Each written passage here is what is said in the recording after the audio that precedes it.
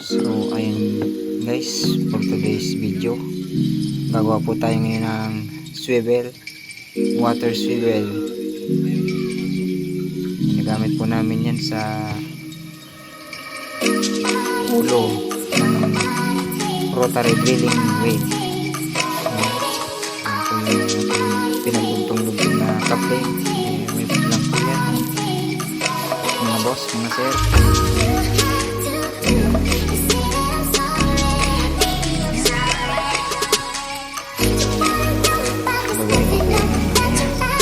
Water swivel.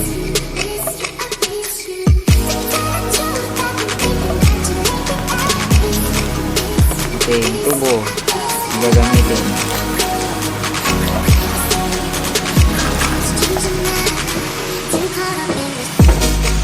Wala po kasing tagawak ng handa, kaya hirap.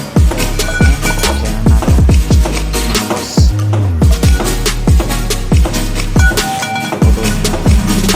Tubo.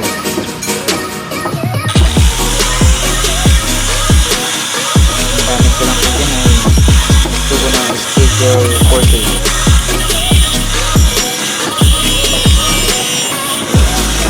Schedule 40 lang mga boss. Hindi pa dumating yung mga tubo na nagamit ko namin. Tubo na tubo.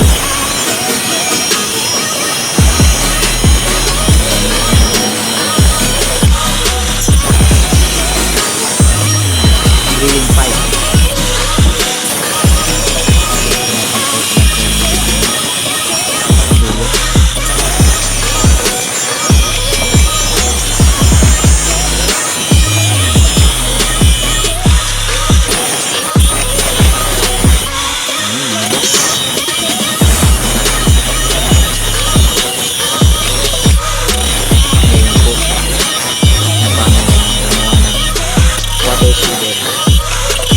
DIY water swivel.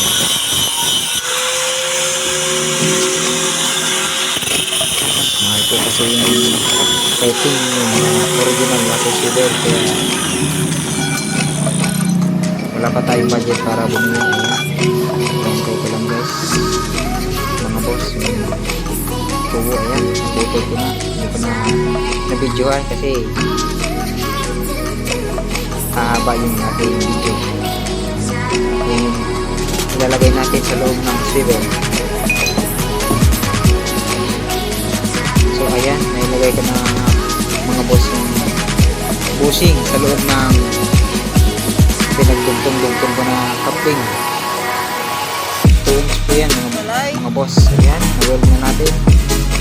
Pasensya na mga boss, hindi ko na nabidyohan. Ayan, pang madali na kasi ito mga boss. Ayan, yung pagkaka-welding ko.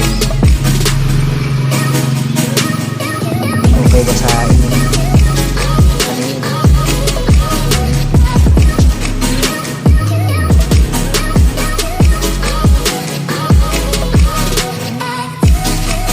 Mga boss, yung pagkakawin nyo, okay na ba sa inyo? Paki-comment naman po kung ayos ba yung ating pagkakawin nyo.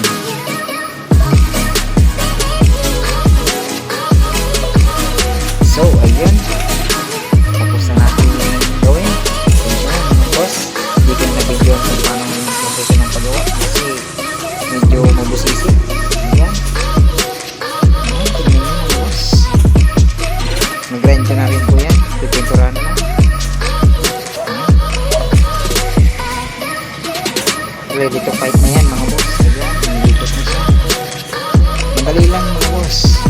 Basta samahan lang ng konting sipag at saka check na yung nilaga. Ayan. Maraming salamat sa panonood mga boss. See you in my next video. Maraming salamat. God bless.